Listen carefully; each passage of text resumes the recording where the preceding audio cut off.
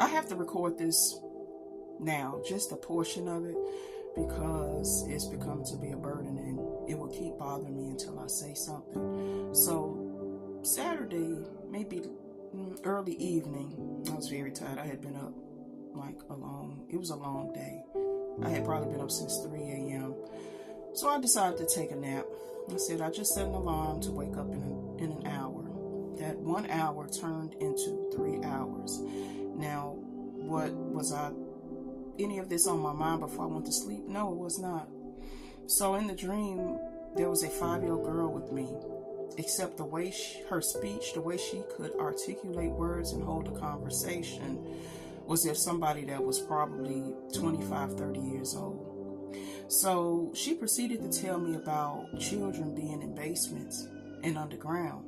And this is not the first time that I've had dreams about that. I've had dreams about tunnels when I was in the 7th grade twice, and I didn't know what to think of it until I heard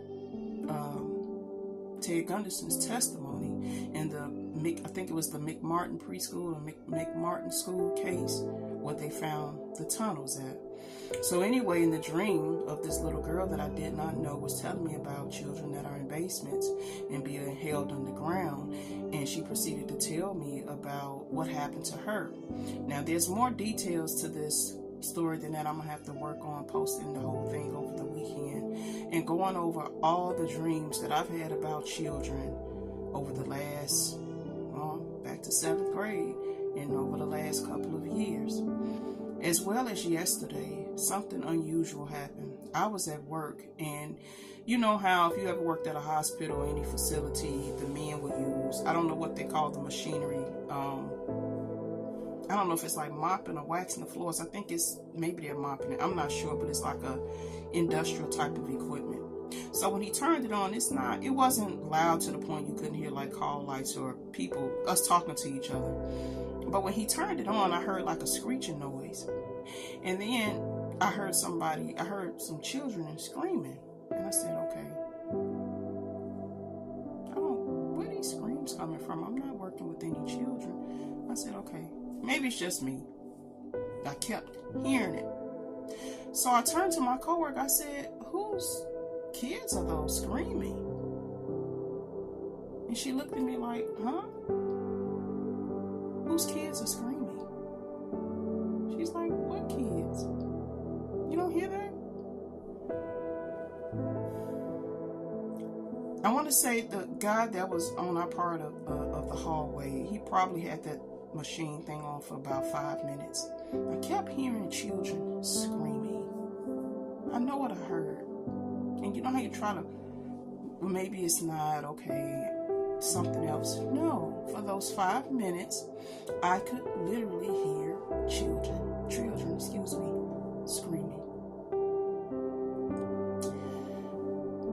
I've done a video about this before, about the statistics of so many missing children.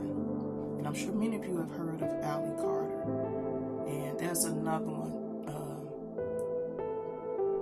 She might not be as outspoken as Allie. Jessica, I think it's pronounced Setzelbar, something like that.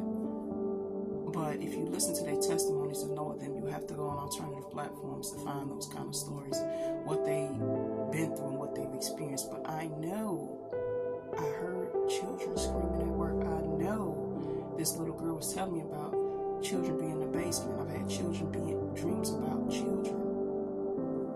No, you know what?